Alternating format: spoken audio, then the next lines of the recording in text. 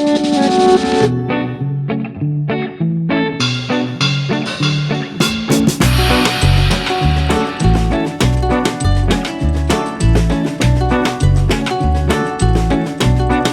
semuanya, salam jumpa lagi bersama saya dalam pembelajaran bahasa Inggris.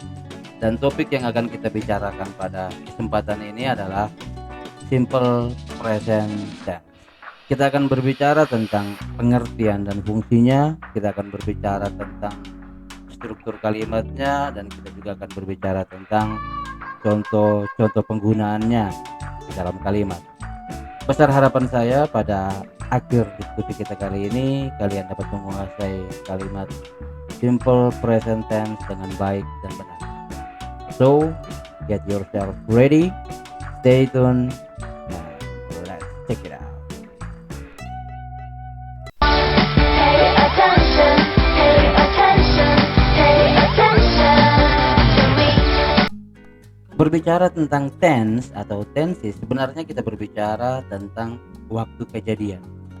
Di dalam bahasa Inggris, kapan sebuah peristiwa terjadi atau berlangsung akan mempengaruhi struktur dari sebuah kalimat.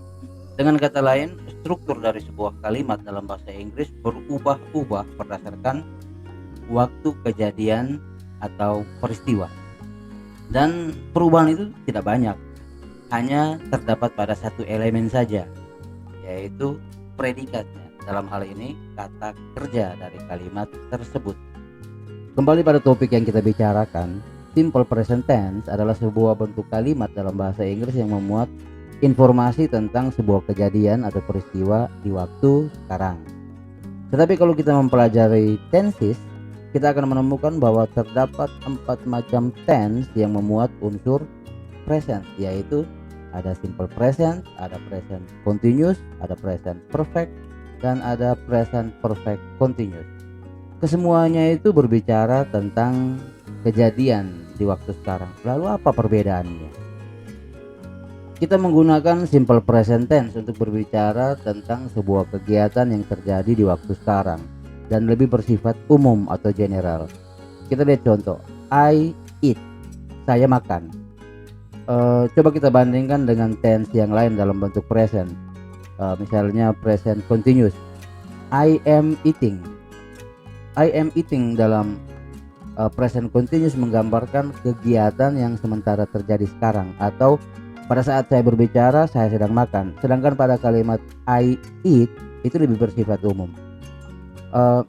Dari contoh kalimat ini pula kita dapat temukan fungsi simple present yang lain, yaitu menyatakan kejadian yang bersifat tetap atau permanen atau sebuah kebiasaan. I eat, saya makan. Mungkin pada saat saya berbicara saya tidak sedang makan, tetapi sebentar atau nanti saya pasti makan.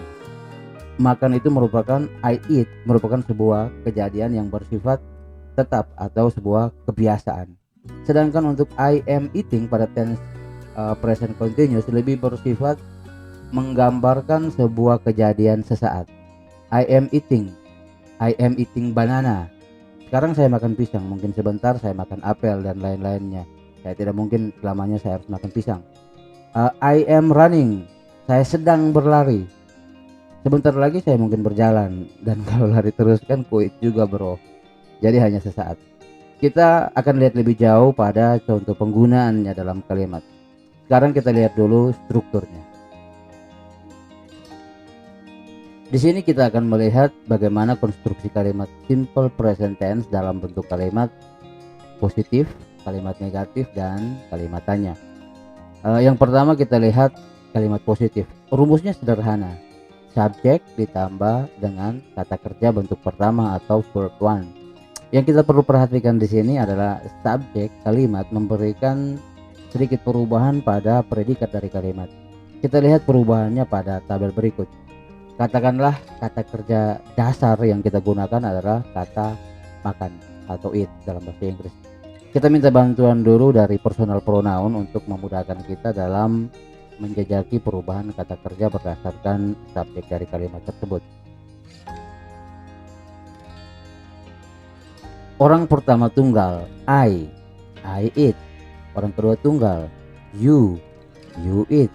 Orang pertama jamak we eat. kedua jamak, you eat. Orang ketiga jamak, they eat. Di sini kita melihat kata kerjanya semuanya sama, bentuknya sama. Eat masih dalam bentuk dasar. Jadi pada saat subjeknya I, you, we, dan they, kata kerja tidak berubah untuk bentuk simple present tense. Lalu kira-kira personal pronoun apa yang kita belum bahas di sini? Orang keberapa? Orang ketiga tunggal. Untuk orang ketiga tunggal ada he untuk laki-laki, she untuk perempuan, dan it untuk benda. Pada saat orang ketiga tunggal menjadi subjek dari sebuah kalimat, ada sedikit perubahan pada kata kerjanya. Kita lihat he eats, she eats, it eats. It sebenarnya untuk benda, tapi di sini kita gunakan saja seperti itu dulu untuk membantu kita dalam memahami struktur kalimat. Kita lihat di sini kata it mendapatkan akhiran s menjadi it. Orang ketiga tunggal dalam kalimat simple present tense mengubah kata kerja, dalam hal ini predikat dari kalimat tersebut. Dalam hal ini kita menambahkan akhiran s di belakangnya. Hampir sebagian besar kata kerja dalam situasi ini tinggal kita tambahkan akhiran s seperti pada kata it menjadi eats tadi. Namun terdapat pula beberapa variasi dalam penambahan akhiran s pada beberapa kata kerja, diantaranya dipengaruhi oleh huruf terakhir dari setiap kata tersebut. Seperti pada kata yang berakhiran dengan huruf ch atau huruf s atau huruf sh atau huruf x. Misalnya pada kata teach menjadi teaches, kiss menjadi kisses, wash menjadi washes, dan fix menjadi fixes. Untuk kata kerja yang diakhiri dengan huruf y atau huruf y dan didahului oleh sebuah konsonan seperti pada kata study. Di sini huruf terakhir dari kata study adalah huruf y, sedangkan sebelum huruf y adalah huruf d. Kalau susunannya seperti ini, maka huruf y itu kita hilangkan dan kita tambahkan ies. Study menjadi studies. Selain itu ada juga beberapa kata kerja yang berubah tidak beraturan, seperti have menjadi has, do menjadi does, dan seterusnya. Go menjadi goes. Ya, kita lanjut dulu ke kalimat negatif. Untuk membuat kalimat-kalimat ini menjadi kalimat negatif, caranya juga sederhana saja, yaitu dengan menambahkan do not atau yang disingkat menjadi don't. Do di sini merupakan sebuah helping verb atau kata bantu kata kerja, dan kita membutuhkan do dalam bentuk kalimat negatif. I do not eat, you do not eat, we do not eat, they do not eat. Untuk orang ketiga tunggal, he, she, dan it, kita tidak menggunakan do not, tetapi kita menggunakan does not. Do berubah menjadi does atau disingkat menjadi doesn't. He does not eat atau he doesn't eat. She does not eat. It doesn't eat. Pada bentuk negatif ini, kata kerja eat tidak lagi mendapat akhiran s. Katakanlah telah diambil alih oleh does, dari do menjadi does. Sederhana kan? Oke, sekarang kita lihat bagaimana membuat kalimat-kalimat tersebut menjadi kalimat tanya. Caranya juga sangat sederhana. Kita hanya memindahkan helping verb tadi ke awal kalimat. Do tadi kita pindahkan ke awal kalimat. Do I eat? Do you eat? Does he eat? Dan seterusnya. Kita juga dapat menambahkan kata tanya jika kita butuhkan. Dan jika kita menggunakan kata tanya, maka kata tanya itu kita letakkan sebelum helping verb atau di depan helping verb. Where do you eat? When does he eat? What do they eat? Dan seterusnya. Simple. Bagaimana?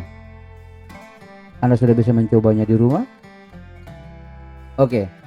Sebelum Anda mencobanya di rumah, saya menambahkan sedikit catatan untuk diperhatikan. Kita dapat menggunakan simple present tense dalam beberapa situasi, seperti untuk menyatakan kegiatan yang sifatnya tetap atau permanen, untuk menyatakan sebuah kebiasaan, untuk menyatakan sebuah fakta, untuk menyatakan sebuah jadwal, dan juga untuk menyatakan sebuah keseringan. Kita lihat contoh. Yang pertama, untuk menyatakan kegiatan yang sifatnya tetap atau permanen. I live in Penkase, Oileta. Kalimat ini menunjukkan bahwa tinggal di Kelurahan Penkase, Oileta itu bersifat tetap atau setidaknya dalam jangka waktu yang lama. Tetapi kalau seandainya kita tinggal hanya sementara waktu, misalnya hanya 1 atau 2 hari, sebaiknya kita menggunakan tenses present continuous. I am living in Penkase, Oileta. Kalau kita tinggal dalam waktu yang lama tadi, kita menggunakan I live in Penkase, Oileta. Karena kalau kita menggunakan simple present tense, dia menunjukkan satu kegiatan yang sifatnya tetap atau setidaknya dalam jangka waktu yang lama. I am living in Penkase, Oileta hanya sebentar, jadi jangan dibolak-balik.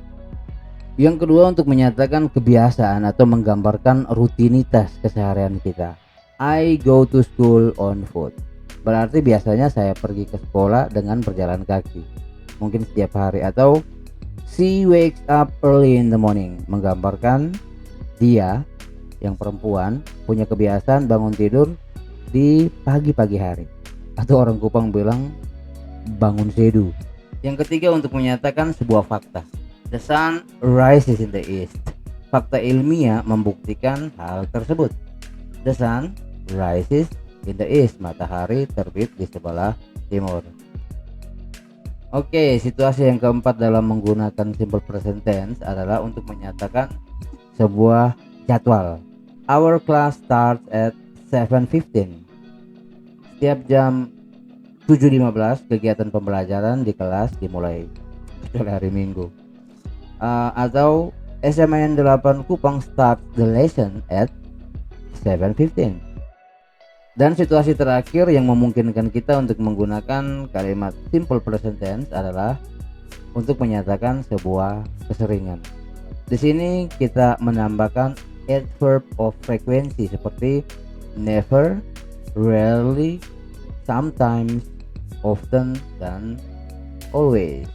Oh ya, saya punya sebuah teka-teki. Mengapa why selalu always? Tunggu jawabannya di akhir pelajaran. Kita lanjut dulu dengan menyatakan sebuah keseringan menggunakan adverb of frequency tadi.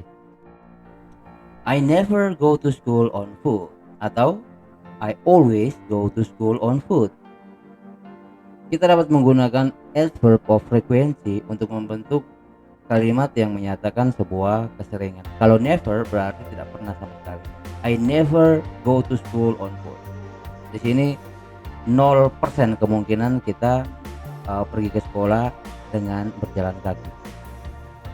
I rarely go to school on foot. Rarely itu artinya jarang-jarang, ya, sekitar 25%. Jarang sekali saya pergi ke sekolah dengan berjalan kaki. I rarely go to school on foot. Sometimes itu kadang-kadang, ya, sekitar 50% lah. I sometimes go to school on foot. Often itu sering atau sekitar 75%. Sedangkan always berarti selalu. I always go to school on foot. Setiap hari selalu jalan kaki ke sekolah.